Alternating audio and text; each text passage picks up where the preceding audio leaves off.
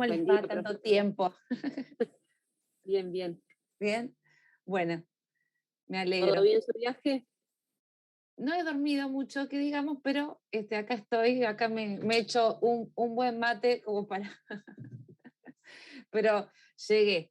Así que gracias por estos minutos, pero bueno, llegué bien, por suerte dentro de todo, ¿no? Con lo que podía haber sido con la lluvia y demás, pero bastante bien. Así que bueno, gracias por preguntar. Bueno, ¿cómo están ustedes? Bien, ¿Bien? ya Bueno. no con tanta agua. No con tanta agua. Bueno, me fui y, y me llevé, me parece, pero acá está lindo, así que espero que que no empeore. Bueno, muy bien.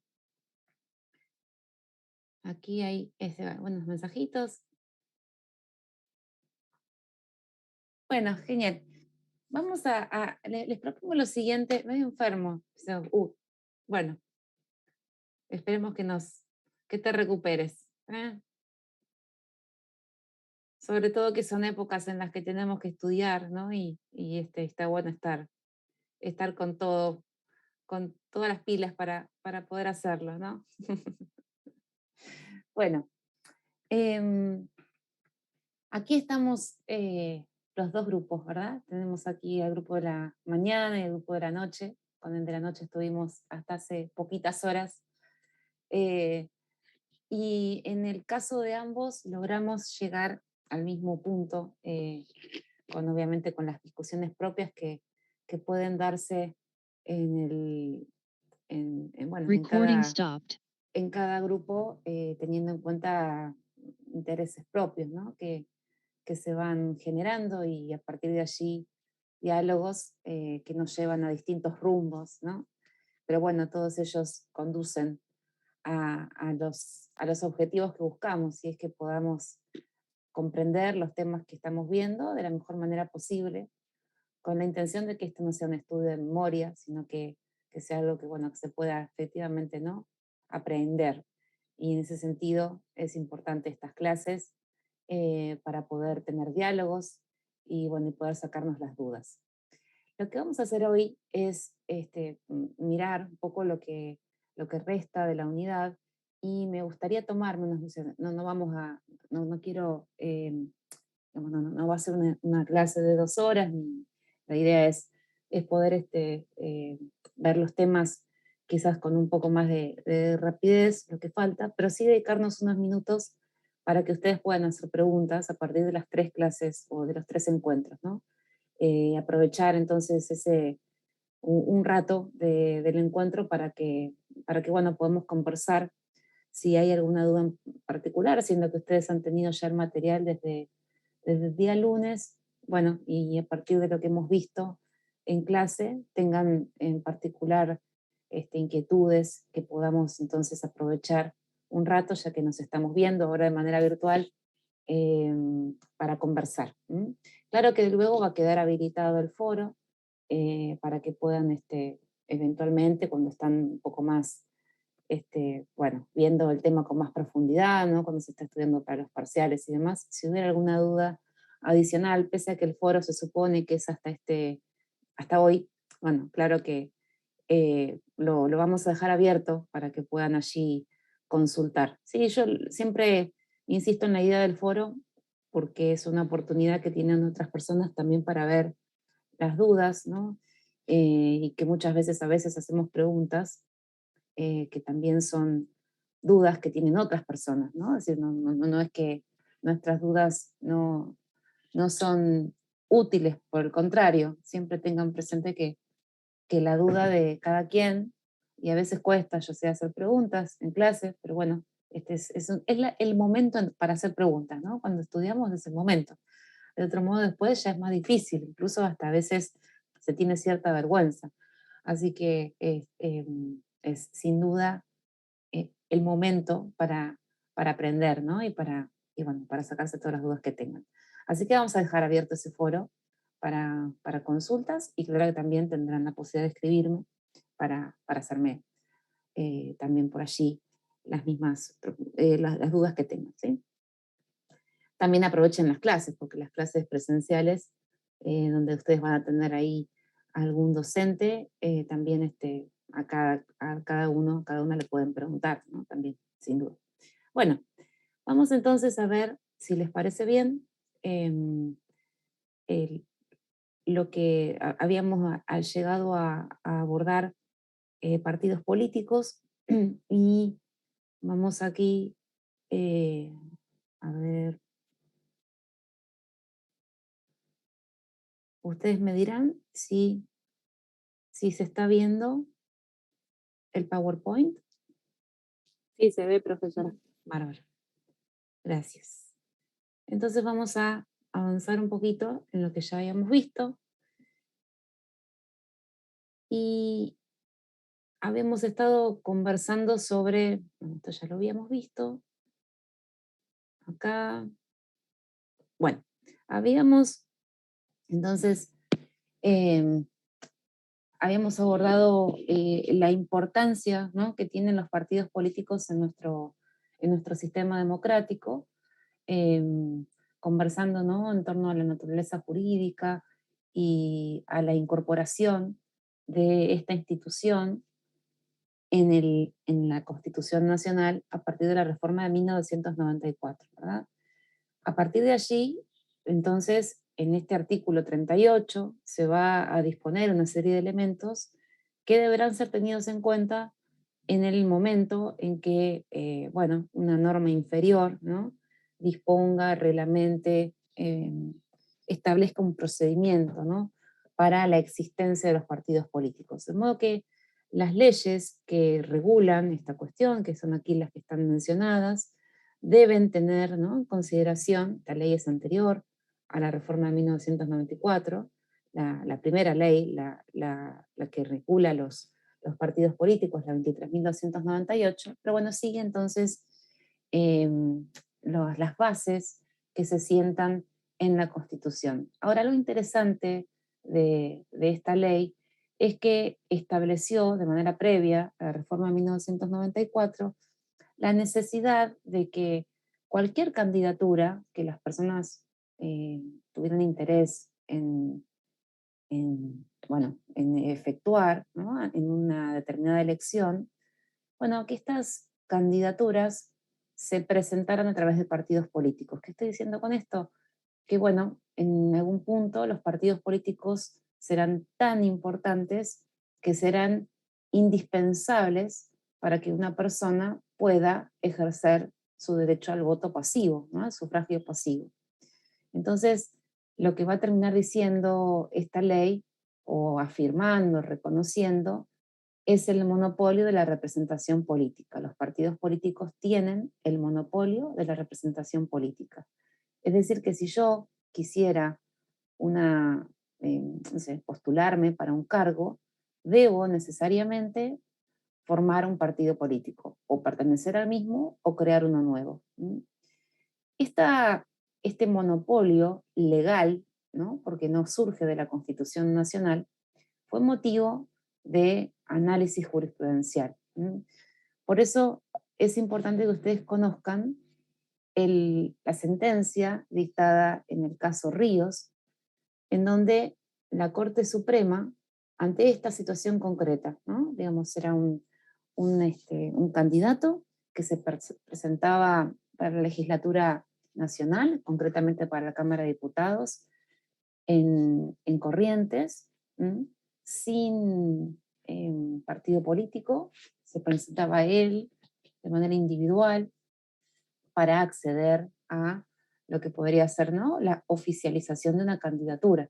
Claro que él todavía no había sido elegido, es decir, no estaba permitiéndosele eh, ser elegido, ¿verdad? Es decir, poder oficializar su candidatura.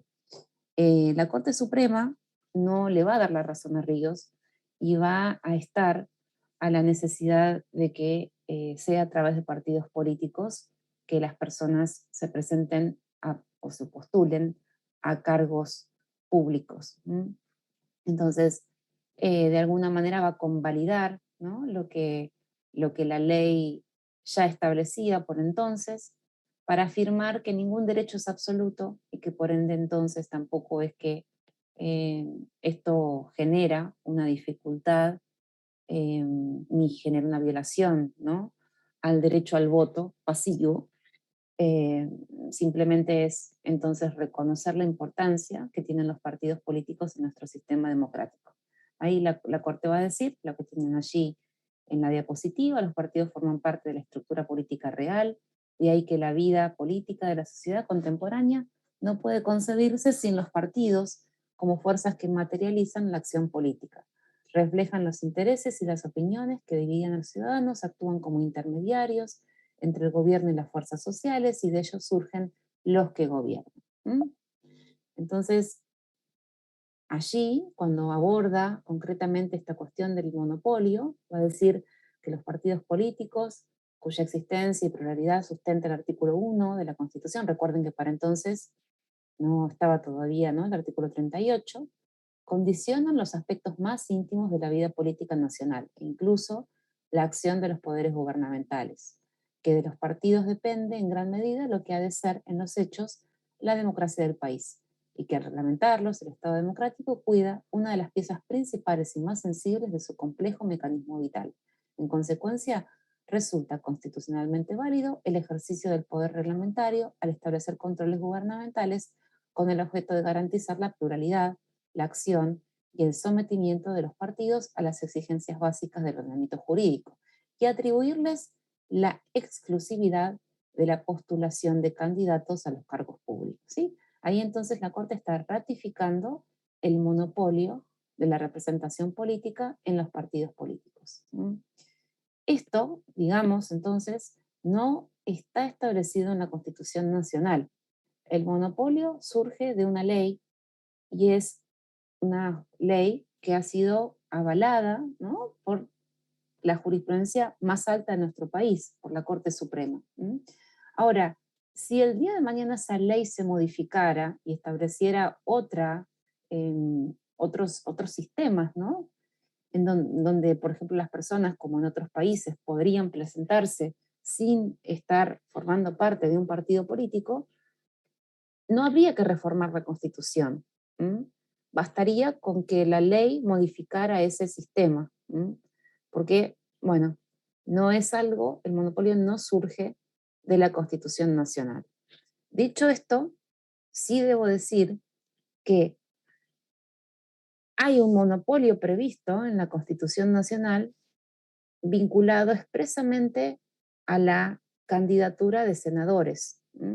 Porque en el caso del Senado, cuando ustedes estudien la integración de ese cuerpo, van a ver que habla expresamente el artículo de partidos políticos. La composición de 3, que antes de ayer mencionábamos, está prevista para 2 personas que provengan del partido político más votado, dice, y en la tercera persona del partido que le siguió en votos. Pero habla expresamente la Constitución Nacional de partidos políticos. Entonces uno podría decir, bueno, que al menos, ¿no?, se ha constitucionalizado el monopolio vinculado a la conformación del Senado, pero nada dice respecto del presidente y nada dice respecto de ninguna disposición de este tipo hay en torno a Cámara de Diputados. ¿Sí? ¿Queda claro esto? Sí, profe. ¿Sí? ¿Bien? Bien. Bueno, vamos a estado de sitio.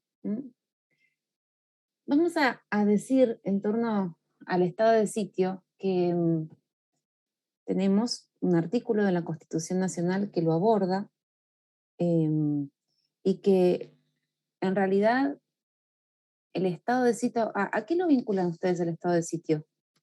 ¿Qué les parece que es?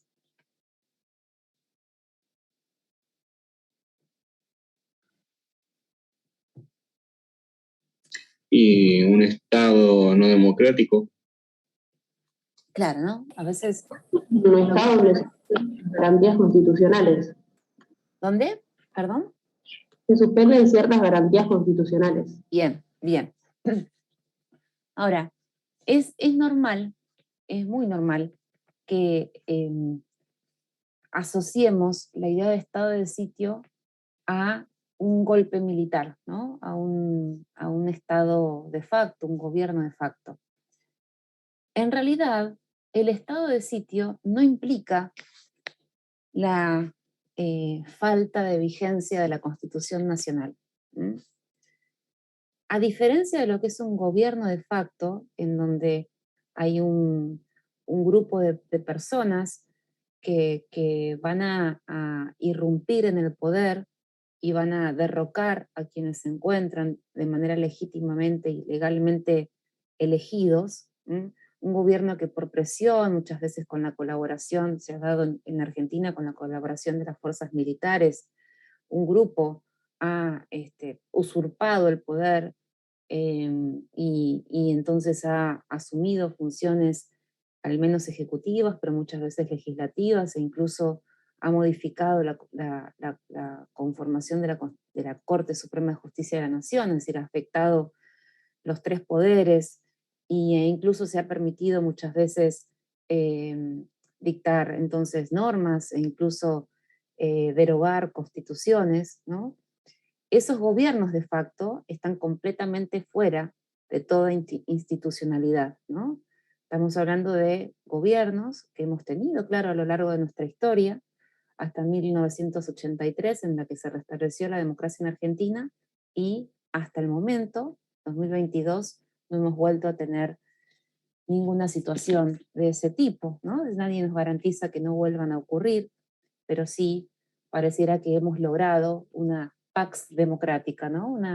Una madurez quizás institucional en el sentido de que quienes no están de acuerdo con el gobierno, bueno, utilicen las vías institucionales para acceder al poder como partido político y ser elegidos por voluntad popular, ¿no? Y entonces allí, de esa manera, pensar un mandato de 4 años en donde puedan ejecutar sus ideas, ¿no? Pero no por la fuerza, no bajo una falta de respeto a las instituciones y a esa voluntad democrática, ¿no? A ese derecho del pueblo a elegir quienes nos representan para bien o para mal, como hemos hablado, ¿no? Pero sí bajo un sistema de esas garantías, ¿no? Garantías democráticas.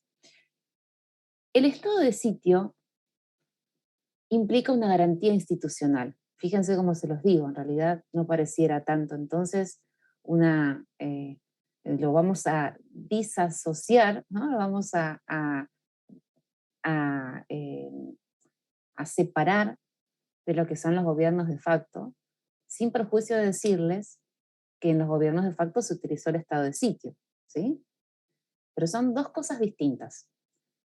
El estado de sitio es una vía institucional ante una situación de emergencia extrema que ponga en riesgo nuestra constitución y nuestras instituciones. ¿M?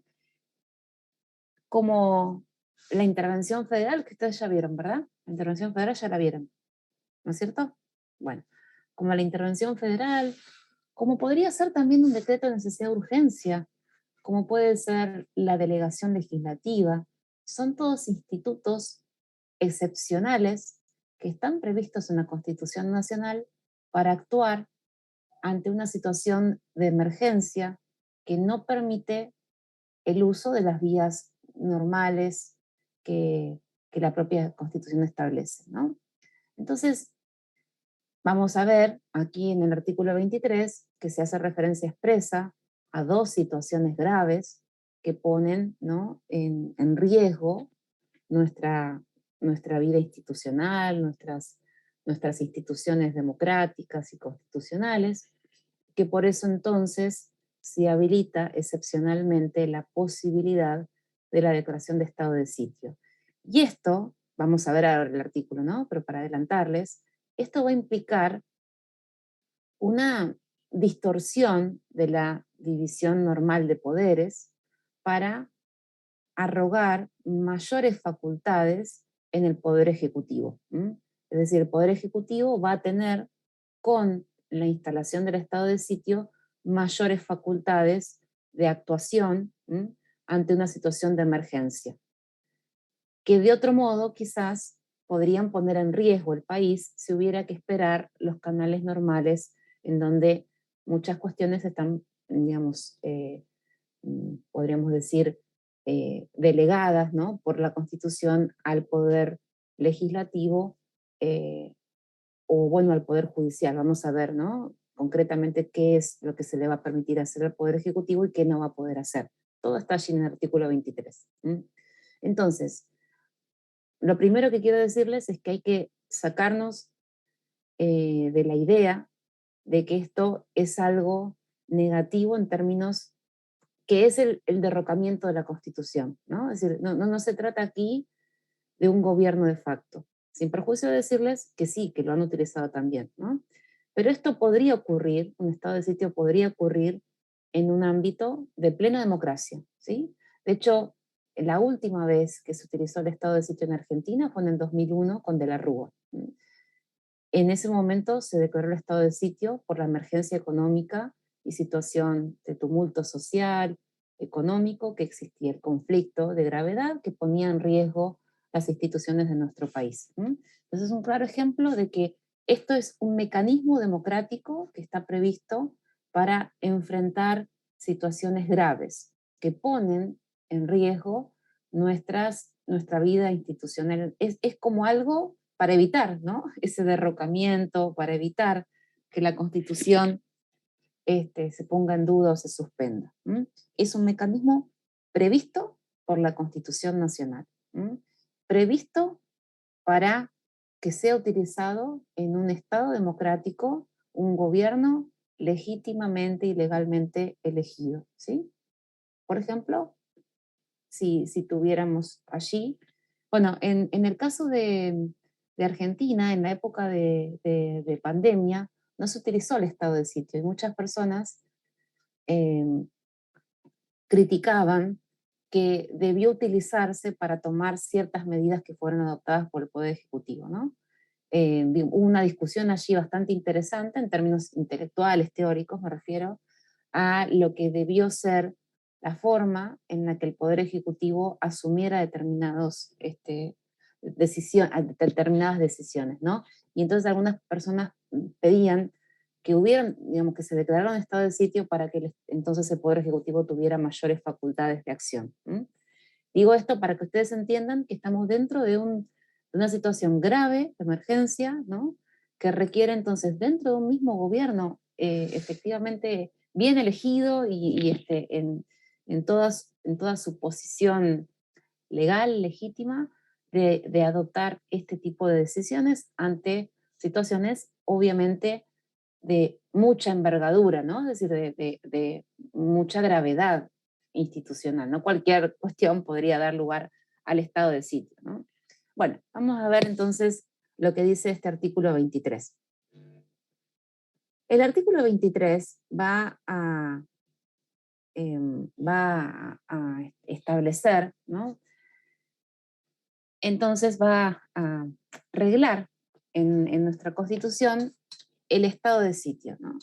Y va a decir que el estado de sitio entonces se va a poder utilizar por dos situaciones graves, ¿no? Una va a ser la conmoción interior y otra serán el ataque exterior, ¿no?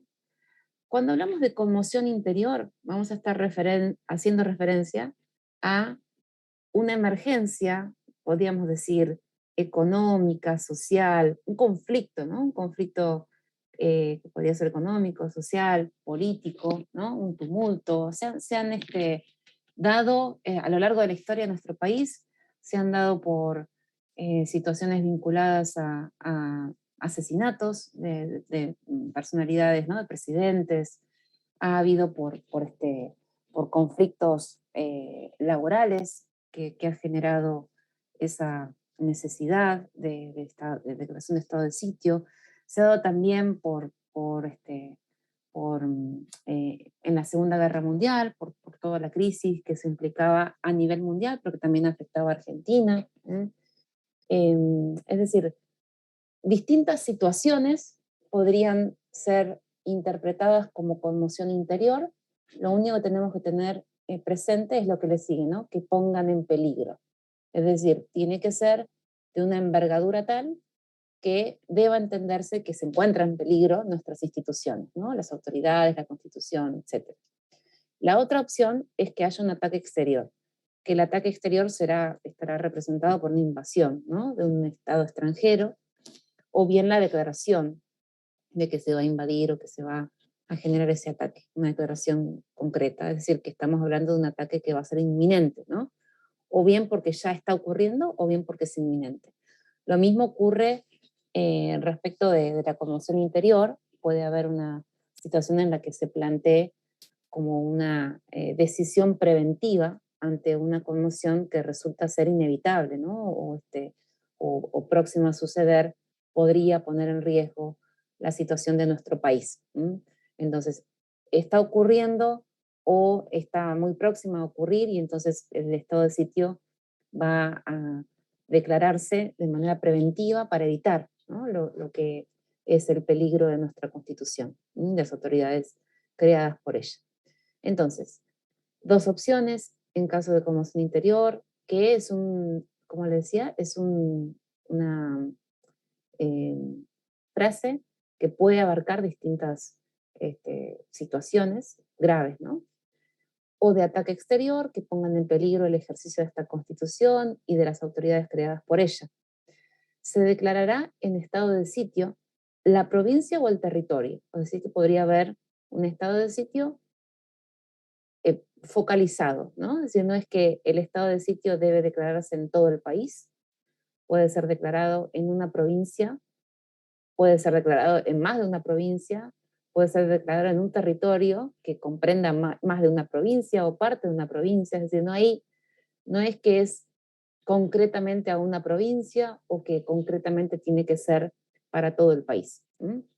Entonces, se declara el estado de sitio en la provincia o el territorio donde existe esa perturbación del orden, es consecuente con el objetivo, ¿no? Digamos, si el problema está en Tierra del Fuego, bueno, yo no voy a afectar con estado de sitio a Salta, ¿no? No tiene, digamos, estamos hablando de algo concreto que, bueno, debe responder entonces a ese sentido de peligro que debe ser de tal envergadura que lleva a una amenaza, ¿no? A nuestras instituciones. Bueno, entonces se declarará el estado de sitio en la provincia o el territorio en donde existe esa perturbación del orden, y fíjense que dice allí, quedando suspensas allí, ¿no?, las garantías constitucionales. ¿Qué entienden por eso?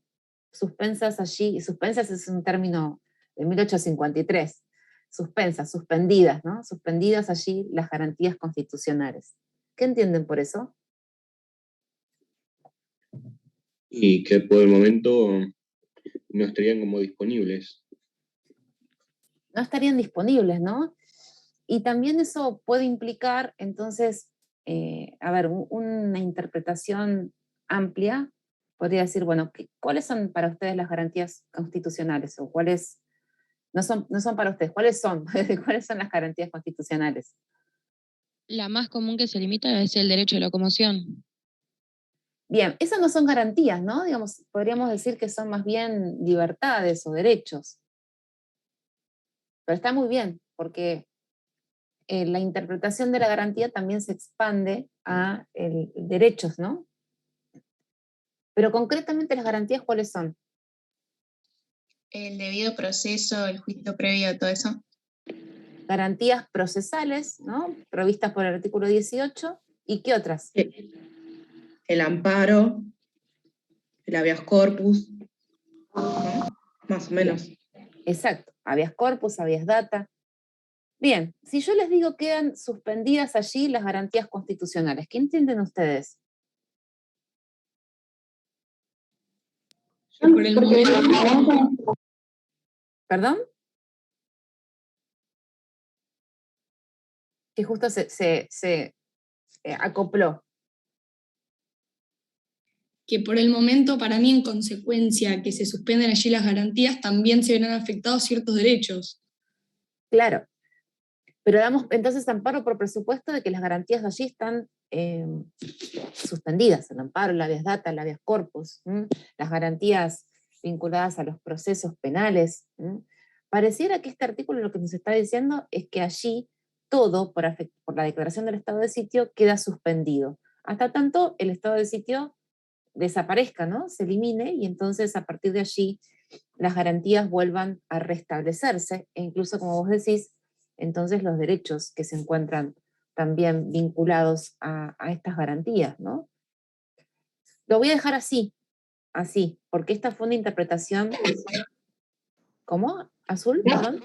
Sí, porque cuando nosotros vimos el amparo, o sea, si bien es una garantía, porque dice que como en el estado de sitio el proceso del amparo sigue, no es un proceso que se detiene. Sí, Bien. no entendí mal. Claro, está muy bien, pero esto yo lo que estoy queriendo decir es que el artículo 23 daría, ¿no? Daría lugar a una interpretación en donde, bueno, allí las garantías se encuentran suspendidas, porque eso es lo que dice expresamente, literalmente, la norma. Ahora, claro, esto no es suficiente, ¿no? Debemos complementarlo con otras disposiciones que van a llevarnos a entender que esto no es tan así, y no es, digamos, la frase no es tan categórica, ¿no? Ahora vamos a ir entonces, Azul, a eso que vos bien decías. Pero hay algo que no está quedando en claro entonces en torno a esas garantías y derechos que se van a ver afectados, ¿sí? Porque ahí está siendo como demasiado extremista, está diciendo, bueno, que todo, todo puede ser suspendido. Vamos a la segunda parte del artículo. Durante esta suspensión, no podrá el presidente de la República condenar por sí ni aplicar penas. ¿Vieron cuando yo les decía que en la declaración de estado de sitio, una de las consecuencias que va a tener es que el Poder Ejecutivo asuma más poder, ¿no? Es decir, tenga más facultades que las que ordinariamente tendría por la división de poderes que está prevista en la Constitución Nacional, y que delega entonces en un poder determinadas competencias, en otro otras, y en el tercero las restantes, ¿no? Ahí está diciendo que, bueno, estamos diciendo que el Poder Ejecutivo va a tener más facultades, y que esas facultades no van a llegar a ser tales que le permitan condenar ni aplicar penas. Entonces, lo que sigue en el artículo nos dice que su poder se limitará en tal caso, respecto de las personas, a arrestarlas o trasladarlas de un punto a otro de la nación. Entonces, fíjense que, bueno, primero, damos por entendido, porque después no hay nada más que diga sobre el punto, que va a poder tomar facultades legislativas, que va a poder entonces el Poder Ejecutivo tener más funciones legislativas, que va a poder tomar ciertas facultades judiciales, porque fíjense que arrestar personas o trasladarlas de un punto a otro de la nación es una facultad que en términos normales quedaría en la competencia del Poder Judicial, ¿no? Hemos visto que la libertad física no puede verse afectada, salvo que una orden judicial determine que esa persona puede ser arrestada, porque, bueno, hay un proceso en su contra y entonces se está pensando en una prisión preventiva, o bien porque, bueno, en determinadas circunstancias se ha visto a esa persona cometiendo un delito y entonces infraganti es detenida por la función policial, ¿no? Pero en general la persona no puede ser arrestada si no hay una orden judicial que así lo determine.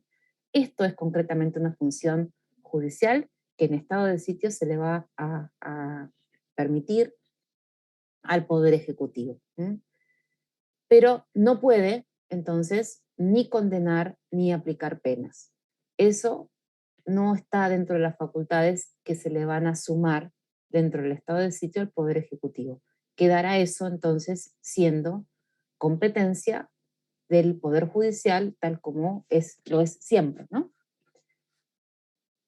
Ahora, hay una cuestión también importante, y voy a volver a leer la última oración con la última parte que no leí, y dice: su poder se limitará, estamos hablando del Poder Ejecutivo, en tal caso, respecto de las personas, a arrestarlas o trasladarlas de un punto a otro de la nación, si ellas no prefiriesen salir fuera del territorio argentino.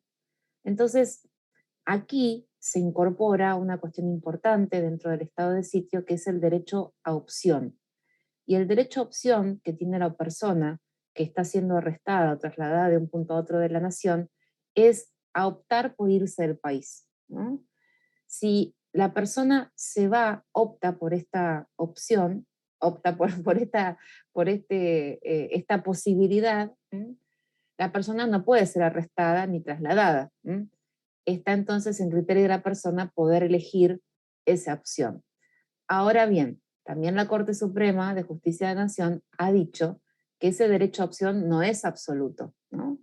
Entonces, por ejemplo, el Poder Ejecutivo podría, imaginémonos, ¿no? Yo soy la que genera el tumulto, estoy incitando a todo el grupo de Derecho Constitucional a levantarnos contra el poder. No estoy grabando esta clase por eso. Estoy incitando a generar un desorden económico, social, etc.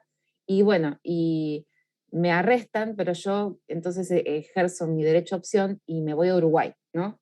Desde Uruguay, con todas las posibilidades que tengo de comunicación con Buenos Aires, continúo desde allí haciendo todo generando, ¿no?, el mismo peligro y la misma gravedad institucional. Entonces, en realidad, el derecho a opción, ha dicho la Corte Suprema, no es absoluto, y entonces podría ser que el Poder Ejecutivo, al momento de otorgar el derecho a opción, determine que no podrá podría ser que el Poder Ejecutivo determine que no podrá ejercerse ese derecho a opción en determinados países. Podría ser, no sé, tenemos un conflicto en el norte y resulta que yo me voy a Paraguay, ¿no? Bueno, entonces el Poder Ejecutivo podría establecer que ese derecho a opción no sea aplicable para determinados países. Tampoco podría ser que el Poder Ejecutivo diga, bueno, el derecho a opción solo puede ejercerse si te vas al Congo, ¿no? Es decir, no. Tampoco podría ser ese extremo de reglamentación del derecho a opción. El derecho a opción es un derecho que surge de la propia Constitución Nacional, que puede ser restringido de manera razonable, en la medida en que, por ejemplo, le impida a la persona algún país en concreto, pero el Poder Ejecutivo no podría determinar a dónde la persona tiene que ir. ¿Por qué podría hacer eso? Y bueno, porque capaz el Poder Ejecutivo con ese país tiene lazos especiales y entonces, bueno, le conviene que la persona esté en ese país para controlar de manera más completa, ¿no?, la actividad que esa persona realiza. Bueno, no podría ser de tal restricción, ¿no? La persona tiene derecho a opción, pero bueno, no podrán ejercerlo quizás en algún país en concreto que el Poder Ejecutivo disponga, y eso no es, de acuerdo a la Corte Suprema, violatorio del artículo 23, en el entendimiento de que ningún derecho, ni siquiera el derecho a opción, es absoluto.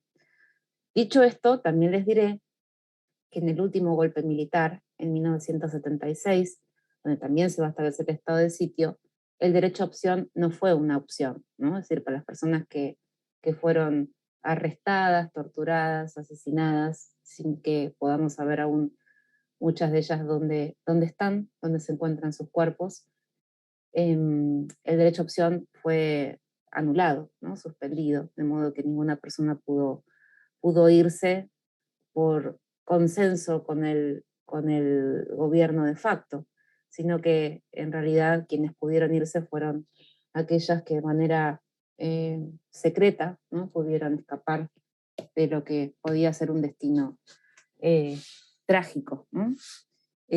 Obviamente que no todas las personas pudieron escapar y por eso es que hoy todavía se sigue buscando justicia por quienes no sabemos, ¿no?, qué es lo que ha ocurrido. Pero entonces, bueno, es interesante también que sepan que el derecho a opción no estuvo presente, ¿no? Porque si no podríamos decir, bueno, ¿por qué la gente no decidió irse? Bueno, no es que era una opción para todas las personas. Bueno, yo les decía entonces, nos quedó ahí en verde esto de las suspensas allí, las garantías constitucionales, y les decía que entonces tenemos que, de alguna manera, complementarlo, ¿no? Para interpretarlo de manera adecuada y que no entendamos que esto implicaría entonces que todas las garantías, que todos los derechos y libertades se encuentran suspendidos durante el estado de sitio. No, no es así.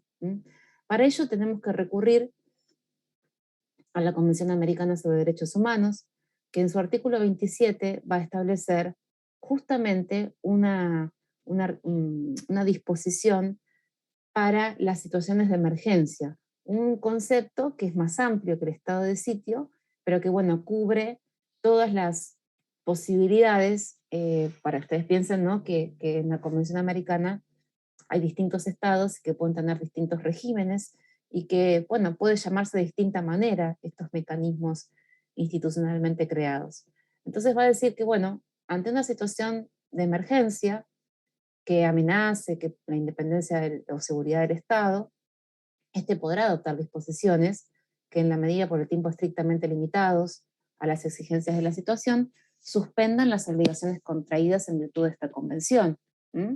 Hablando obviamente aquí de la convención, no está hablando de la Constitución, porque no es competencia de la Convención Americana abordar la Constitución Nacional, pero es una norma que se complementa, porque está hablando allí también de una situación de emergencia, ¿no? Entonces le está diciendo, bueno, como Estado ustedes pueden adoptar mecanismos que sean, bueno, útiles para esa situación de emergencia que se presenta, ¿no? En nuestro caso, ¿cuál sería el mecanismo útil? El estado de sitio, ¿no?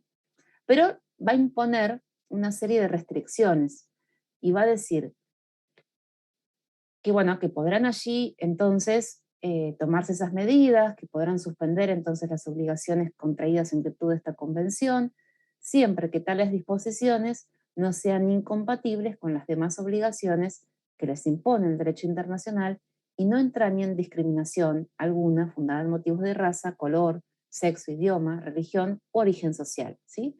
Entonces, primero le va a decir, bueno, usted puede tomar como Estado ciertas decisiones, pero no pueden estar basadas en un incumplimiento de obligaciones internacionales asumidas para el respeto y garantía de los derechos humanos, ¿no? que sean propios del derecho internacional, y tampoco ninguna medida que implicara violación de la prohibición de discriminación, ¿no? Es decir, alguna medida discriminatoria no podría estar permitida.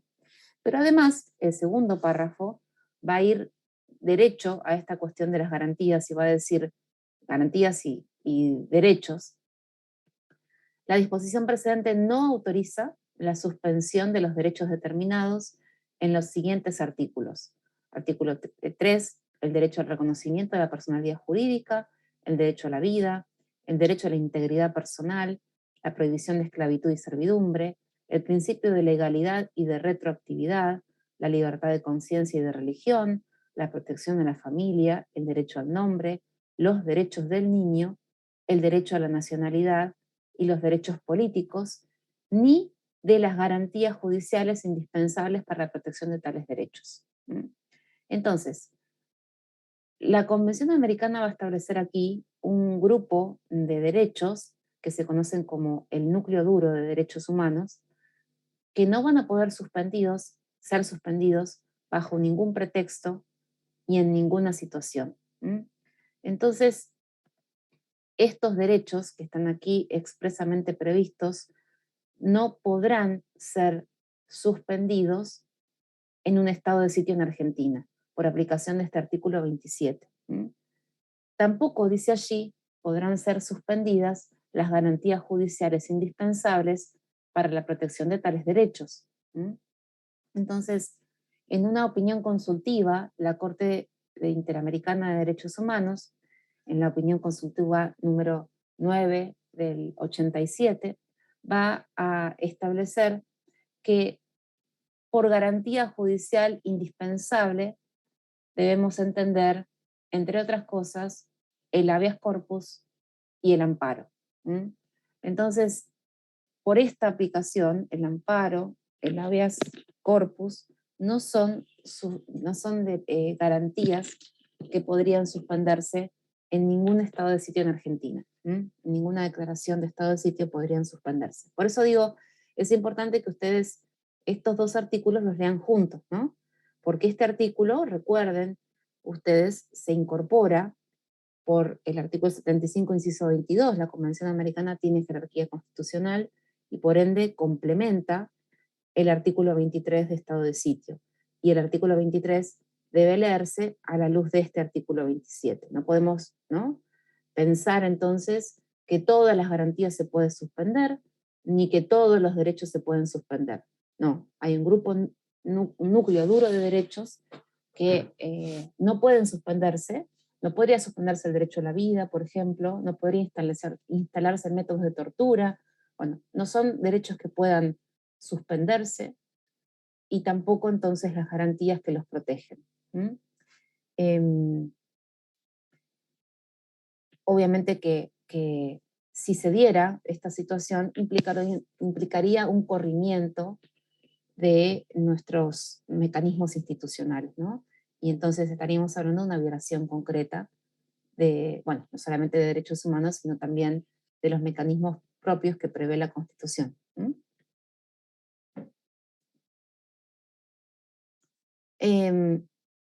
Vuelvo un segundito atrás para decirles que entonces el estado de sitio, entendido tal como surge del artículo 23 y del artículo 27 de la Convención Americana de Derechos Humanos, es un artículo que implica una atribución completamente, exclusivamente federal. Ha habido provincias que han, digamos, pretendido establecer en sus constituciones estados de sitio. Y ha habido entonces declaraciones de inconstitucionalidad, ¿no?, por aplicación obviamente del control de constitucionalidad que está previsto por la Corte Suprema, en donde se ha mandado decirle que modifiquen las constituciones porque el estado de sitio solamente es una atribución federal, no puede haber un mecanismo similar en las provincias, ¿sí? De modo que es importante entender que esto está solo a nivel nacional en la Constitución Nacional, y que se complementa con este artículo 27 de la Convención Americana. Hay otros artículos de otros de otros tratados internacionales que son importantes, ¿no? No sé, hemos visto el Pacto Internacional de Derechos Civiles y Políticos, y el pacto también tiene una disposición similar a esta, más amplia, pero significativa en esos términos. Por tanto, también podríamos recurrir a ese pacto para abordar el artículo 23 de nuestra Constitución, y también aquellos otros tratados que aborden tortura, delitos de lesa humanidad, es decir, todos esos tratados que puedan estar afectados de alguna manera por aplicación de criterios, de medidas que pudieran poner en riesgo estos derechos, ¿no? El derecho a la vida, el derecho a la integridad física, el derecho de los niños, la protección de la familia, etc. ¿Significa entonces que ningún derecho puede ser restringido? No, no estamos diciendo eso, ¿no? Es decir, estamos diciendo que estos no se pueden suspender, pero los derechos se pueden restringir, y como una compañera recién decía, la libertad física de locomoción va a ser uno de los derechos que en general se va a implementar, ¿no?, como restringido. Pero bueno, no podría haber ejecuciones extrajudiciales, por ejemplo, del Poder Ejecutivo al momento de determinar la resolución de un tumulto, ¿no? Bueno, matamos a todas las personas que han intervenido en este hecho y listo. No, bueno, eso no es posible, ¿no? Es decir, el estado de sitio otorgamos facultades al Poder Ejecutivo, pero de ninguna manera esto implicará facultades que sean abusivas de estos derechos. ¿Alguna duda hasta acá?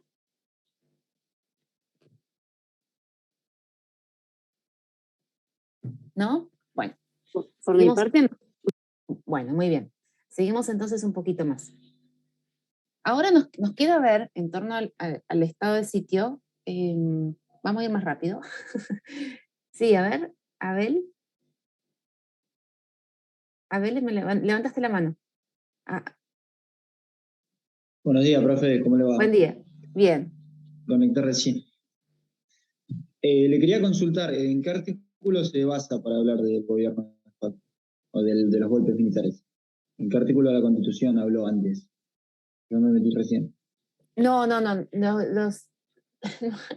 hay ningún artículo en la Constitución Nacional que habilite a un grupo de personas a arrogarse el poder y establecer un golpe de Estado, ¿no? De hecho, a partir de la reforma de 1994 tendremos en nuestra Constitución algún artículo que refiere a justamente que eso no debe hacerse, ¿no? Y que hay que proteger el orden democrático. Pero no, hemos estado hablando, Abel, terminamos partidos políticos y estamos hablando del estado de sitio, ¿eh? Y el estado de sitio es algo aplicable no necesariamente en golpes de Estado, ¿no? Sino que es algo que también podría aplicarse en gobiernos democráticos y legítimamente y legalmente establecidos, ¿no? Así que estamos hablando de un mecanismo previsto en nuestra Constitución Nacional para enfrentar emergencias de tal envergadura que pongan en riesgo la Constitución y que entonces requieran de su uso para preservar nuestras instituciones. Aquí estamos dentro del orden democrático. ¿Y qué artículo habló, profe? Del artículo 23, del artículo 23 y del artículo 27 de la Convención, ¿sí? De esto estamos girando en torno a esto. Ahora sí vamos a incorporar otros, porque tenemos que establecer cómo es que la declaración de estado de sitio se emite en nuestro país, ¿no? De quién depende esa declaración. Dijimos que el Poder Ejecutivo iba a asumir más facultades, pero todavía no hemos dicho cómo es que se declara el estado de sitio. En el entendimiento de que existan estas circunstancias graves que ameritan la declaración de estado de sitio, en esa declaración depende de la situación que lo amerita, interviene o solo el Poder Legislativo o solo el Poder Legislativo y el Poder Ejecutivo. No interviene en esto el Poder Judicial. La declaración de estado de sitio no depende del Poder Judicial. Y en ese sentido, el Poder Judicial ha sido siempre muy estricto, desde el caso Granada hasta aquí, en la determinación de que la declaración de estado de sitio, los motivos que llevan a esa declaración, resisten una facultad exclusiva de los poderes que están definidos en la Constitución Nacional para su declaración. El Poder Judicial no puede revisar si los motivos han sido suficientes o no para la declaración de estado de sitio, ¿sí? Es una naturaleza exclusiva del poder que está asignado en la Constitución. Ahora, esto no quita que el Poder Judicial haya, con el tiempo, controlado las formalidades, ¿no? Y el cumplimiento de ese artículo 23. Pero el hecho de declarar el estado de sitio, a ver, en el entendimiento de que hay un análisis de la situación de nuestro país, determinar la envergadura de la situación, del conflicto, del tumulto, esa decisión es una decisión que va a ser solo adoptada por los poderes tal como se presentan aquí en los artículos que veremos ahora. No interviene, no habrá un control judicial de si fue bien o no establecido el estado de sitio, ¿sí? Sí habrá luego un control de la legalidad del estado de sitio. Condenó, el Poder Ejecutivo condenó, entonces el Poder Judicial diría no, se excedió en sus funciones. El estado de sitio debe otorgarse por un plazo limitado a la resolución del conflicto, ¿no? Bueno, el Poder Judicial podría decir se excedió en el plazo. Bueno, fue otorgado por el poder que no correspondía, ¿no? Digamos, no cumplió con el artículo 99, con el artículo 75. Bueno, allí podría intervenir. ¿Me explico? El Poder Judicial va a intervenir en el control formal del estado de sitio, pero no va a intervenir en la decisión de declaración de estado de sitio, que solo es competencia exclusiva de los poderes que ahora veremos. Entonces, cuando habíamos dicho, ¿recuerdan que eran dos los supuestos que generarían la declaración de estado de sitio, conmoción interior y ataque exterior, ¿sí? Cuando tenemos aquí, tenemos que tener presente una serie de artículos entonces que abordarán estos temas. Y diremos por un lado que el artículo 99, recuerden, este artículo es sobre el Poder Ejecutivo, ¿no? Y la facultad del Poder Ejecutivo, es decir, que declara en estado de sitio, esperen que tengo las acá, declara en estado de sitio uno o varios puntos de la nación en caso de ataque exterior, ¿m? Y por un término limitado, ¿no? Esto que recién yo les decía, el plazo, ¿no?, tiene que ser limitado, con acuerdo del Senado. ¿M? Entonces, primer punto. En caso de ataque exterior, se requiere la declaración por parte del Poder Ejecutivo con más el Senado, ¿sí? En caso de conmoción interior, solo tiene esta facultad cuando el Congreso está en receso, porque es atribución que corresponde a este cuerpo, ¿sí? Entonces, en caso de conmoción interior, ¿quién tiene la facultad para declarar el estado de sitio? Estoy preguntando.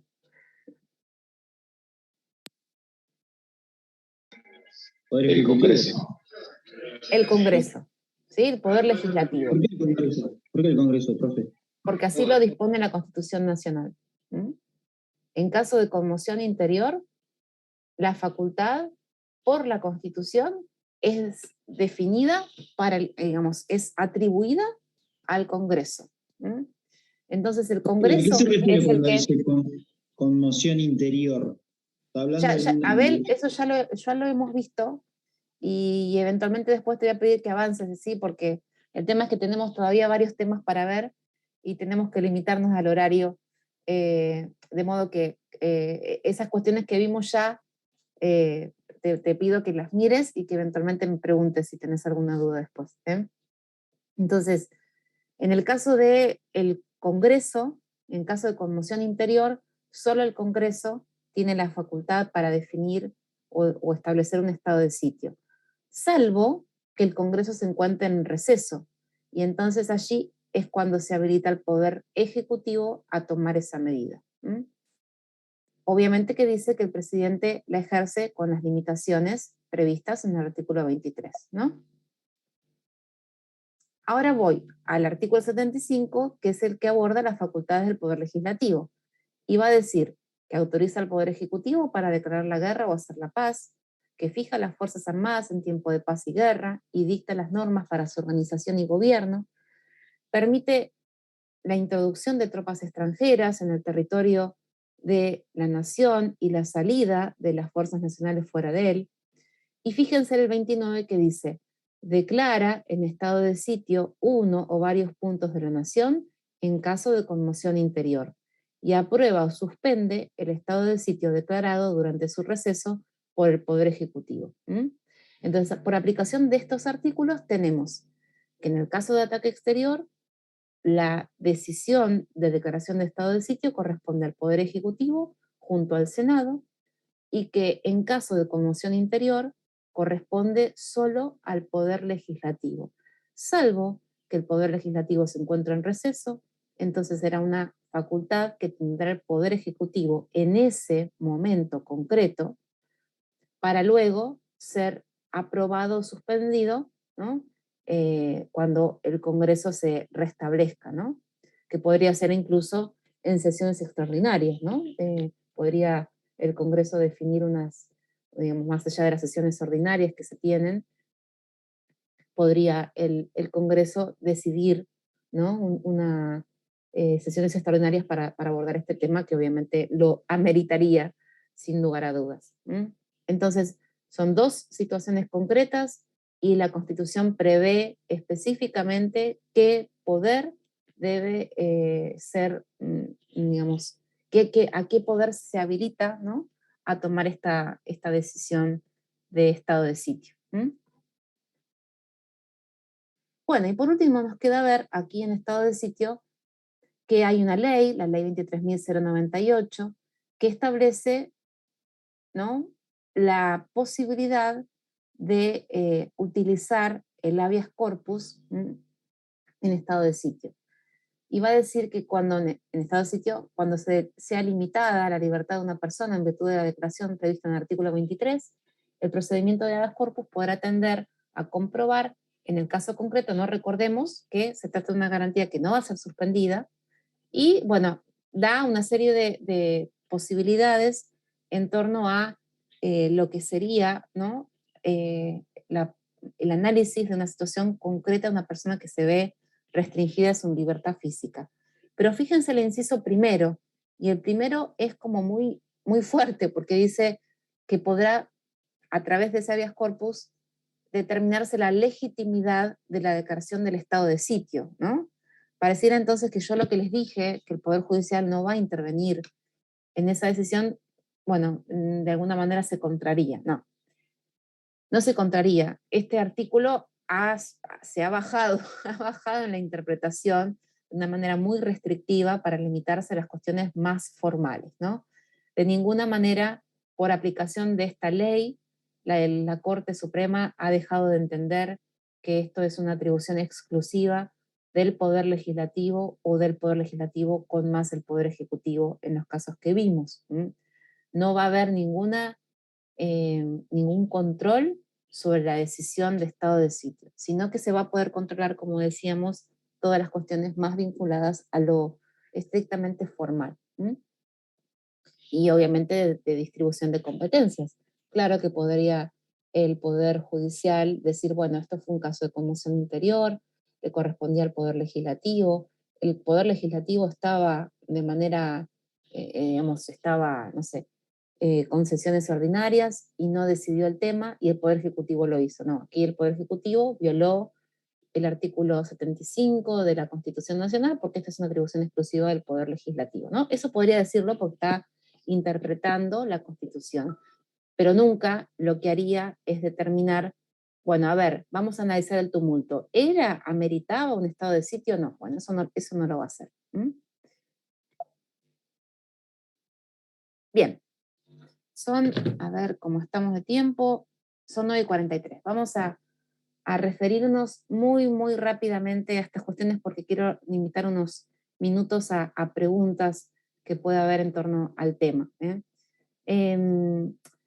Vamos a decir lo siguiente, hemos visto estado de sitio y el estado de sitio entonces dijimos que está más vinculado a una situación, una medida, que sin dudas es excepcional porque de alguna manera redistribuye las facultades que cada poder tiene por imperio de la Constitución Nacional, pero estamos hablando de una situación grave que pone en riesgo nuestras instituciones democráticas y que entonces ante el temor de una situación que pudiera dar lugar a un rompimiento de ese orden democrático, se establece un estado de sitio como mecanismo excepcional que le permitiría, por aplicación obviamente de los poderes que corresponden, tener más facultades al Poder Ejecutivo a los fines de resolver esa situación que se presenta, ¿no? Esa situación grave, tan grave que pone en riesgo nuestra Constitución y nuestras autoridades. Entonces el estado de sitio es un mecanismo que se puede utilizar durante un gobierno democrático. En cambio, los golpes de Estado, las irrupciones al orden democrático que se han sucedido a lo largo de nuestra historia, no es algo que se encuentre previsto en nuestra Constitución Nacional, ¿no? No es algo que se amerite. Estamos diciendo que hay un grupo de presión que decide arrogarse el poder, ¿no? Y que obviamente con el consenso de distintas facciones, bueno, llega al poder bajo la fuerza, ¿no?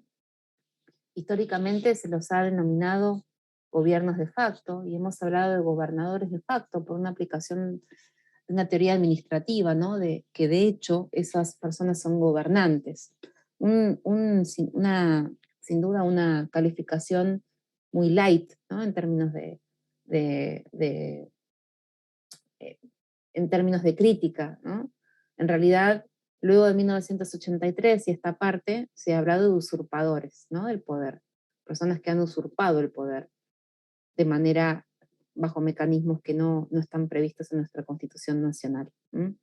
Entonces, tenemos que ver este tema, tenemos que estudiarlo, y lo que les voy a pedir es que lo estudien tal como, digamos, de aquí, de lo que las diapositivas nos dicen, porque claro, a lo largo de la historia hemos tenido una serie de gobiernos de facto que, sobre todo en nuestro siglo XX, ¿no? Desde 1930 hasta 1983, hemos vivido algo así como 25 años fuera de nuestra Constitución, son muchos años, ¿no?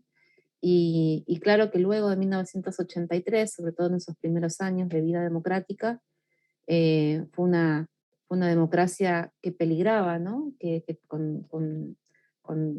siempre con posibilidades de que hubiera un nuevo golpe de Estado, que finalmente no se dio por creo yo, una madura posición institucional que fue llevándonos hoy a tener, ¿no? Una vida democrática ininterrumpida desde el 83 hasta esta parte, que nunca se dio en nuestra historia, ¿no? La primera vez que tenemos que tenemos una protección de nuestro orden democrático. ¿Me escuchan bien? Hola, hola. ¿Sí? Porque se me está cortando. A mí me quedó la imagen Sí, profe, se escucha detenida. bien. ¿Se me escucha? Bueno, bien. Sí, profe. Entonces, es sin duda significativo que hayamos podido tener esta oportunidad, ¿no? de continuar con nuestras instituciones, y que eventualmente, como decíamos hoy, ¿no? Si hay algunos grupos que no están de acuerdo con las medidas, que pueden no estarlo, ¿no? Bueno, esperar a poder ser elegidos por un voto popular, ¿no? Es decir, que haya un consenso de la población que pretenda un cambio, no que esas personas se arroguen el cambio bajo pretexto, ¿no? de tener la verdad y conocer cómo deben ser las cuestiones, y que entonces a partir de allí, por la fuerza, tomen ese poder. La doctrina de facto, entonces, podríamos decir, una creación, ¿no? institucional, una doctrina y jurisprudencia que se va a dar a lo largo de nuestra historia para convalidar los actos que fueron dictados por los gobiernos de facto, ¿no? Entonces, fue una manera de resolver un quebrantamiento del orden y darle validez, ¿no?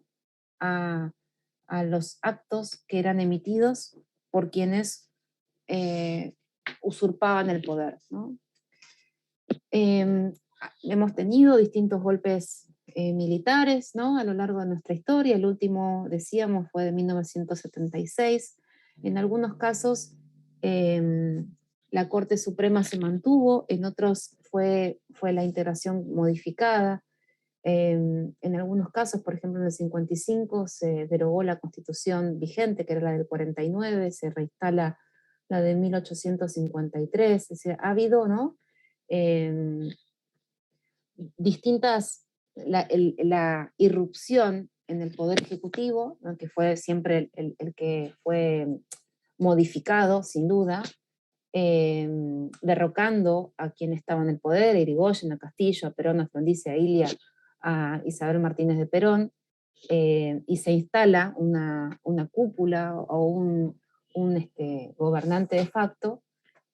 Además afectó a los otros poderes, ¿no? Y pues les decía, bueno, en algunos casos la Corte se mantuvo, pero en otros no, en otros fue, digamos, fue conformada con una integración distinta, y muchas veces también fue afectado el poder legislativo. O bien contaba, ¿no? con anuencia en el poder legislativo, y entonces por eso también facilitó la cuestión. Aquí ustedes van a ver una serie de casos del Poder Judicial, que van a ir de alguna manera tomando postura y generando esta doctrina de facto, ¿no? En torno a si eran válidos o si no eran válidos los actos legislativos que eran dictados por esos gobiernos de facto. Va a haber una evolución no tan lineal de la Corte Suprema en torno a lo que fue esa validez, ¿no? Por momentos la Corte establecía que eran inválidos, por momentos decían que eran válidos, por momentos decían que eran válidos, pero que requerían luego de una ratificación del Poder Legislativo ya democrático y establecido constitucionalmente, o bien que se mantenían esos decretos hasta tanto un gobierno posterior los derrocara, o al revés, ¿no? que se mantenían, pero que debían luego ser ratificados por ese Poder Legislativo. Es decir, la Corte ha ido y venido en estos fallos que ustedes verán aquí, ¿no? Con distintos criterios. En un punto yo les diría que es necesario quizás, ¿no? Para la seguridad jurídica tener que pensar estos temas, aunque claro, algunas cuestiones fueron innecesarias, por ejemplo, de la Corte, ¿no?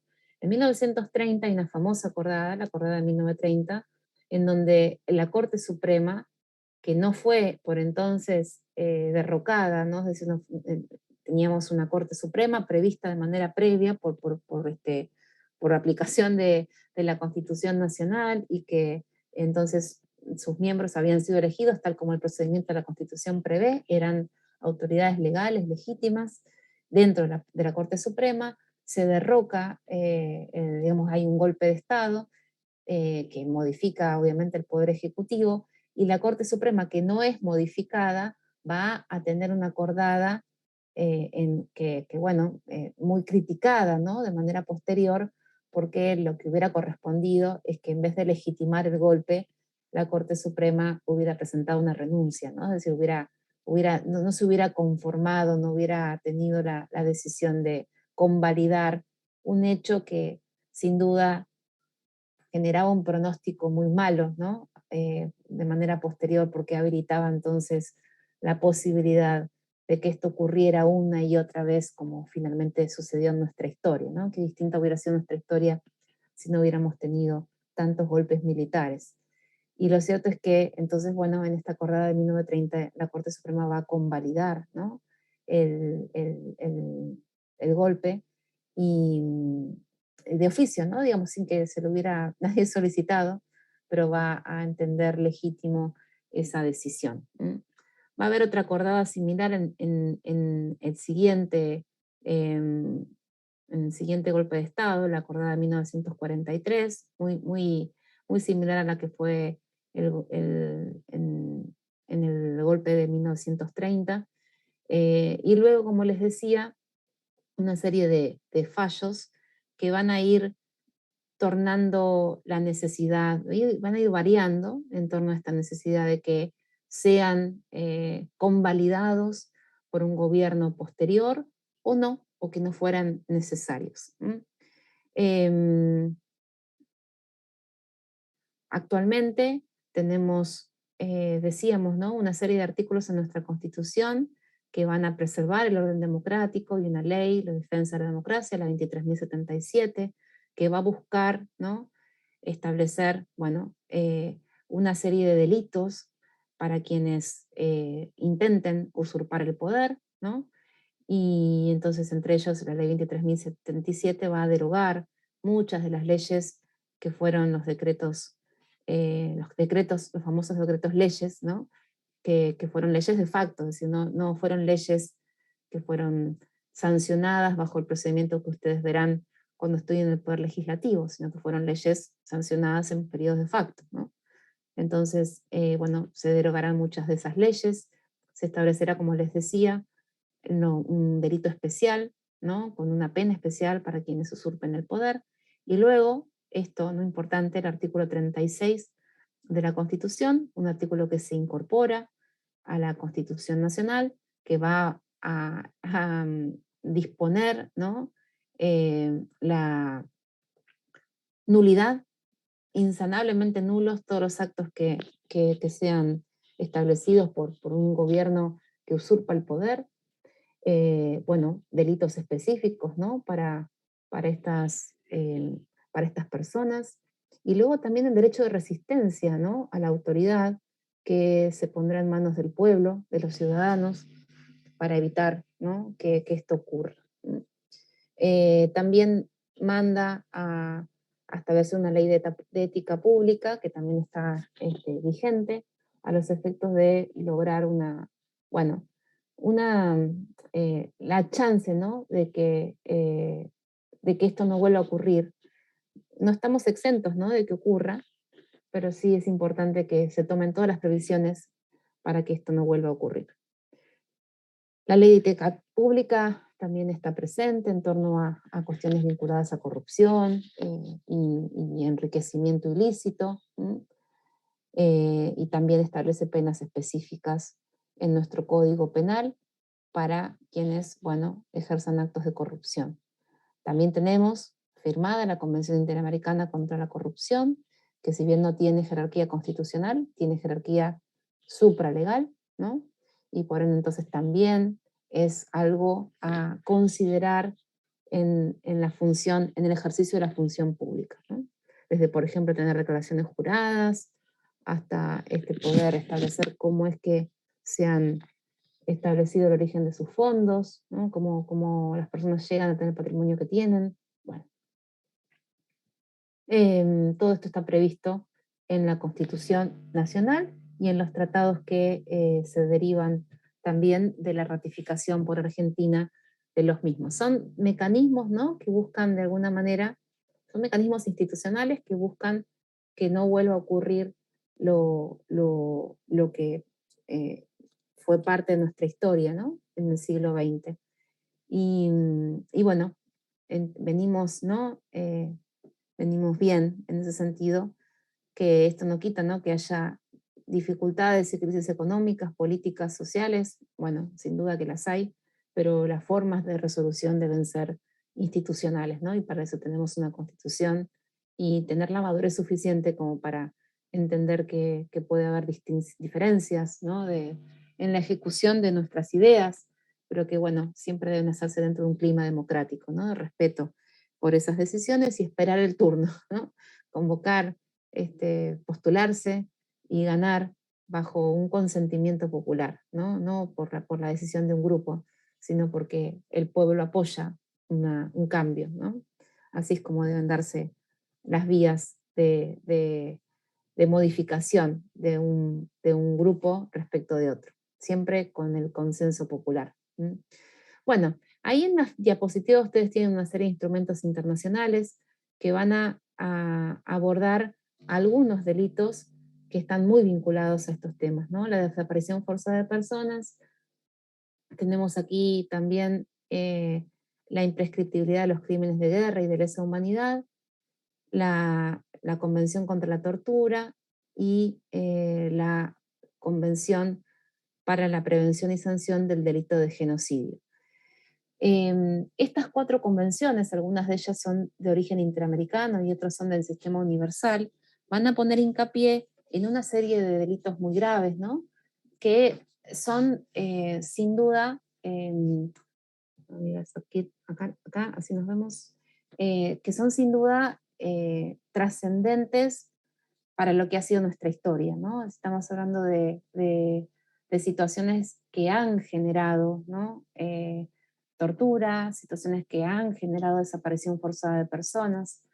Entonces la ratificación por parte de Argentina de estos convenios nos obliga a modificar también nuestra legislación interna y tener presente que, bueno, son delitos graves, ¿no? Muy graves, que deben entonces disponerse penas específicas en nuestro Código Penal para investigar y sancionar los mismos, o bien incluso que deben ser delitos que no puedan prescribir, ¿no? Que no puedan disponerse que, bueno, por el paso del tiempo, los mismos no sean ya perseguibles judicialmente, ¿no? Entonces, la imprescriptibilidad de los crímenes de lesa humanidad es importante que sea visto así, ¿no? Como como delitos que independientemente del paso del tiempo, el Estado tiene la obligación de investigar y sancionar. La desaparición forzada de personas es una construcción como delito penal que fue muy bien desarrollada por la Corte Interamericana de Derechos Humanos, en donde, bueno, claramente va a disponer que se trata de un delito que es permanente, es decir, independientemente del momento en que esa persona haya desaparecido y que presumimos entonces ha sido ejecutada extrajudicialmente, esa persona, hasta tanto no aparezca, hasta tanto no se sepa dónde es que esa persona está, se entiende que el delito de desaparición forzada continúa. ¿Mm? Entonces, hoy por hoy no podría prescribir ningún delito de ese tipo porque en el entendimiento de que sigue siendo violado hasta el día de hoy, ¿no? Y hasta tanto la persona aparezca. La desaparición forzada de personas, entonces, es un delito permanente y que afecta muchos derechos, ¿no? Entre ellos el derecho a la vida, claro, pero también a la personalidad jurídica, al reconocimiento de la persona, ¿no? Como persona, a la integridad física, y entonces ha habido, ¿no? Un desarrollo por parte de la Corte, les decía, de lo que es, ¿no? La entidad que tiene como acto, ¿no? Que ha sido llevado adelante por el Estado, ¿no? Entonces es sin duda uno de los crímenes más graves que se han cometido, sobre todo durante la última dictadura militar, ¿no? En Argentina, y otros delitos que se han cometido también deben ser sancionados de la manera más grave, como la apropiación de bebés, ¿no? O bueno, todos los actos de tortura que se cometieron. Estas convenciones no solamente rigen para el pasado, sino que también son importantes, las tengamos en cuenta para el futuro, ¿no? Entonces, la Convención contra la Tortura, por ejemplo, que estableció un órgano que vela por el cumplimiento de ese pacto, en concreto de ese tratado, tiene la facultad, la posibilidad de visitar a los estados para ver, por ejemplo, la situación de las cárceles y determinar si las mismas respetan esa convención o no, ¿no? Entonces, por ejemplo, hemos tenido una visita del Comité contra la Tortura, en donde se ha establecido justamente que bueno, la situación de las cárceles en Argentina no respetan, ¿no? La convención, y que entonces, bueno, Argentina está violando la convención porque, bueno, se observan casos de tortura en las cárceles. Entonces, quiero decir, no es un tema solo limitable al ámbito de los gobiernos de facto, ¿no? Sino que es algo que también son delitos que también ocurren, que pueden ocurrir durante nuestro orden democrático, nuestra vida democrática, ¿no? Y por eso es importante que estos tratados se respeten, se tengan presentes, se conozcan, para, bueno, efectivamente investigar y sancionar como corresponde. Andrea. Sí, profesora. Y en el caso que ahí la convención dijo que estamos infringiendo esto que acaba de comentar, ¿en qué posición queda nuestro país? ¿Y tiene alguna sanción? ¿Cómo es el tema ahí? Hay una responsabilidad internacional, ¿no? Es decir, Argentina está violando concretamente las obligaciones asumidas. Hay una violación de derechos humanos que es pasible de responsabilidad internacional, y entonces Argentina puede ser demandada ante los órganos internacionales si es que no cumple, no resuelve en el ámbito interno esa situación. Nosotros no lo estamos resolviendo, ¿no? Hay distintas denuncias en distintos ámbitos, tanto en el interamericano como en el universal, en donde se pone en evidencia esta situación, ¿no?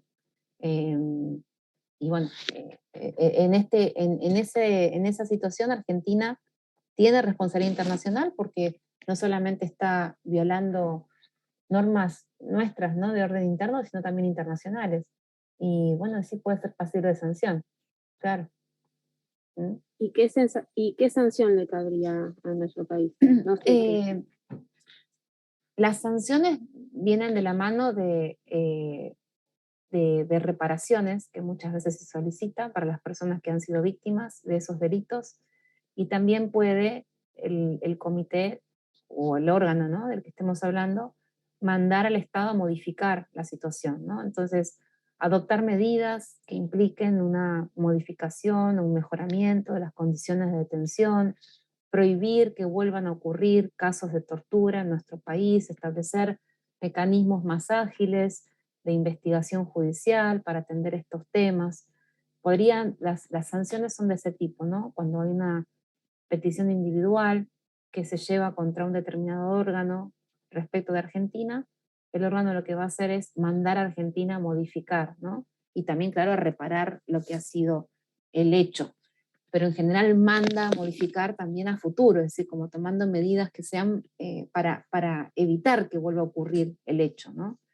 Y bueno, son en principio obligatorias y podríamos decir que Argentina está incumpliendo, ¿no? Sería esa no hay, en el ámbito internacional no hay ninguna fuerza que pueda ejecutar la sentencia, ¿no? Ayer hablábamos de la ejecución de la sentencia respecto de condenados, bueno, no hay en el ámbito internacional un grupo de fuerzas especiales que diga, bueno, a ver, Argentina incumple, vamos a mandar esto para que cumpla, no. Usted tiene, no sé, puedo decirle, usted tiene que reformar la Constitución Nacional. No es ninguno de estos casos, ¿no? Pero digo, entre las medidas de sanción se establece, las medidas que se adoptan es reforme la Constitución porque esta disposición es contraria al pacto. Y bueno, sí, hasta que no se reforme, incumple, ¿no? Pero bueno, son ese tipo de las medidas, ¿no?, que se adoptan. Pero no se le pone un plazo en el cual lo deba cumplir. No, se supone que desde que se adopta esa medida, esa decisión, el Estado tiene que cumplir, ¿no?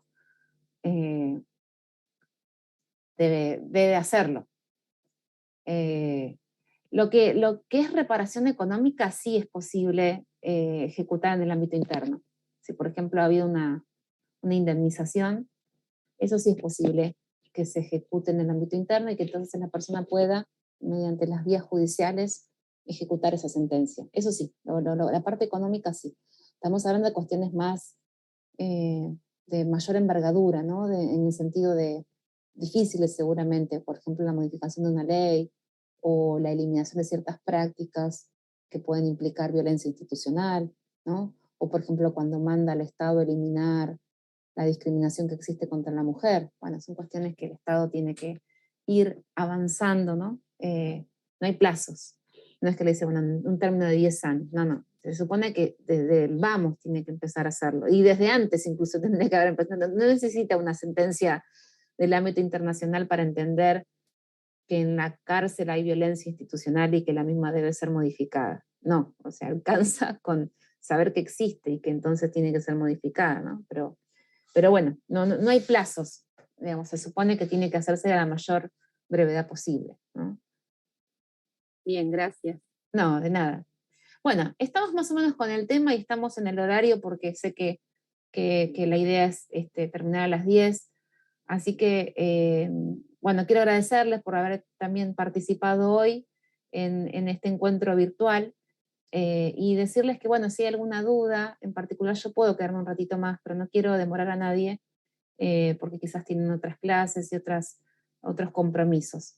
Así que al grupo los despido, y yo de todas formas me quedo con quien quiera tener si hay alguna duda, con mucho gusto.